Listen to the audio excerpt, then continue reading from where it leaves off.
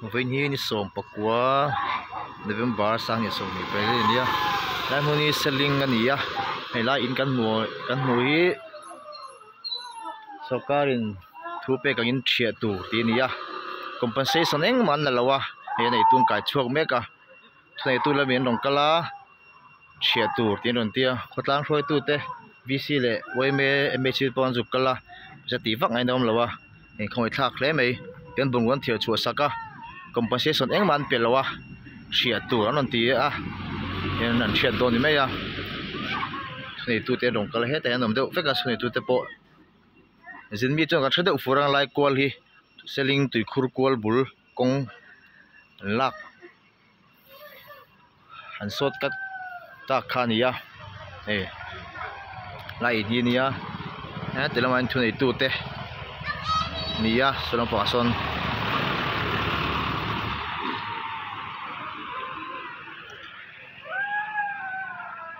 chen khat compensation la to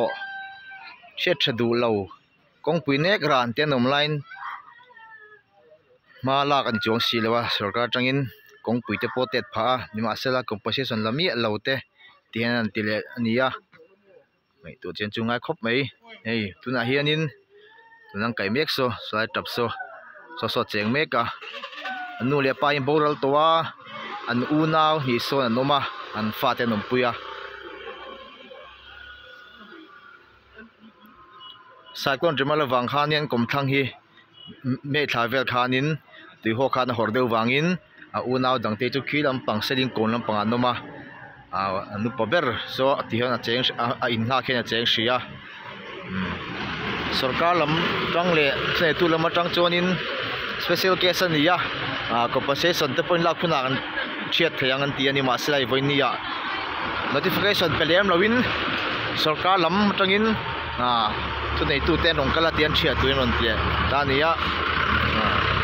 patlang lam tang pon ti vak ai lam lo kop mai ma te lam pang so thei tu ten ni ya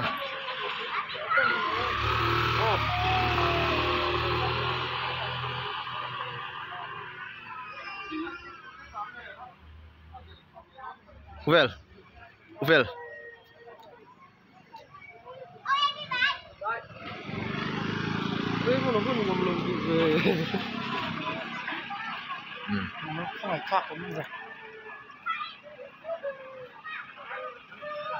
kan polis tu hian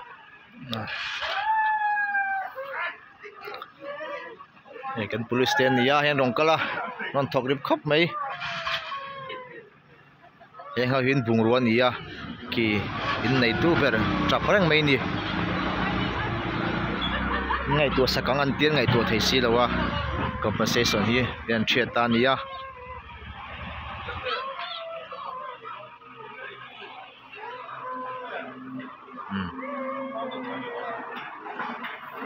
tian thia don ni ya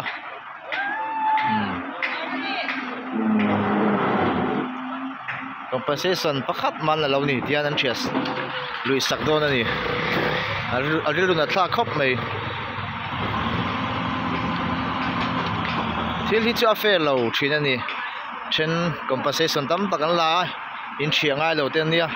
then compensation la shet thadu lo kong pida ne gran ten online thu nei tu ten man la em chuang lawa ni ma sela voinia hey compensation la mi alo compensation la lo an thia sak don nia compensation an lo ni ten thia sak loi thau ni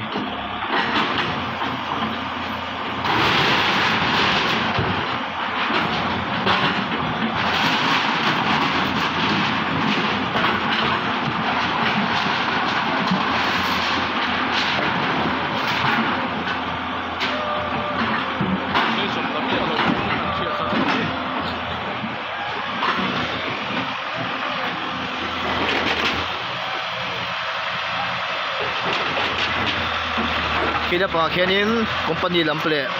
DC tang local te ania company media sa DC tang local te ania mi taki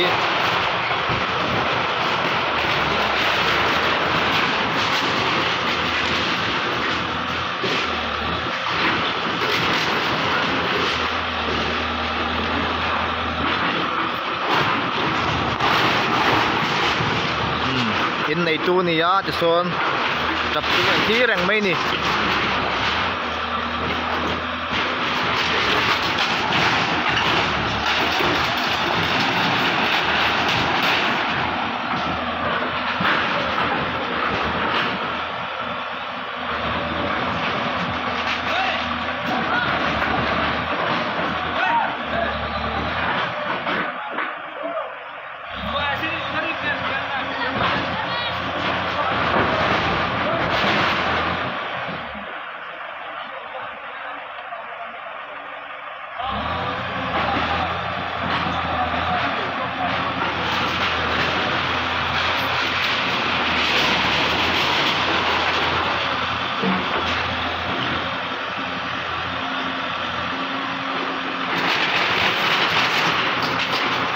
Romolvar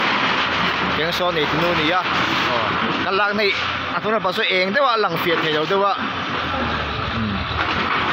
bungruan khiar chu saka yanin enin chia sak mon mol mai ni ti hian khong e akalang ti pon ngai tu chung lawa thunei tu te changin chena order kan huan tia yanon chen mai ni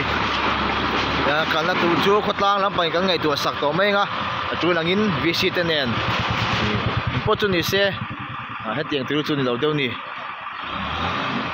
ro re le chu rol khai lo deu ni